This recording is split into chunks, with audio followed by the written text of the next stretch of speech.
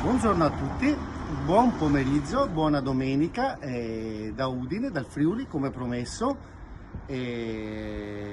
Oggi vi faccio un tutorial. Noi siamo in cantiere oggi e allora volevo farvi vedere quando uno è fuori casa che non ha il famoso bicchiere per fare la O, per fare una O diciamo di emergenza tra virgolette ovviamente, se hai bisogno di fare una O e non si sa cosa utilizzare perché magari non c'è il bicchiere, perché non sei in casa che hai i bicchieri. Noi per esempio cosa usiamo in cantiere? Usiamo il flessibile, uno dei tanti, un esempio, questo è un disco da flessibile, piccolo in questo caso.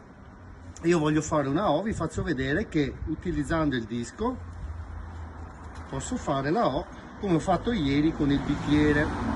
Eccola qua, è perfetta, con un disco flessibile. Altro esempio, no, proprio per farvi vedere perché ci sono svariate possibilità. Questo è un battispago che utilizziamo sempre in cantiere, dipende dalla tipologia di lavoro ovviamente, però anche questo, ecco, una O dentro la O, perfetto. Altro esempio ancora, cioè ci sono svariate possibilità.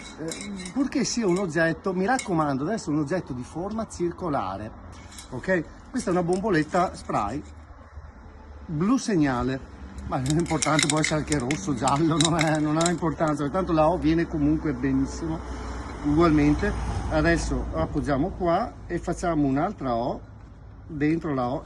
Meglio se ci appoggiamo con questa perché ho un po' di difficoltà a tenerla, però basta trovare un piano d'appoggio qualunque, insomma non è un problema, insomma ci sarà. Ecco, oh, 3 O, viene fuori proprio oh, perché sono 3 O una dentro all'altra. E io non potrei fare vi faccio un esempio, prendessi questo tappino qui piccolino di questa tanica, potrei fare un'altra O, potrei fare oh, perché ne potrei fare anche qua, anche 5 6, cioè dipende, se abbiamo dimensioni differenti le possiamo fare tutte una dentro l'altra, possiamo fare anche oh, cioè per dire, no?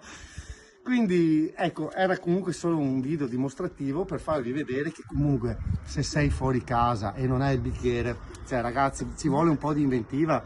Adesso non è che devo smontare il cerchione di questa macchina qui alla mia sinistra, perché non c'è bisogno di arrivare, però ci sono oggetti che insomma sono facilmente reperibili, ecco, questo voglio dire.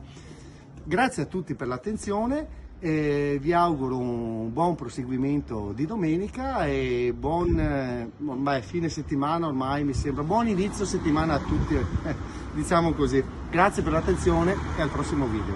Ciao!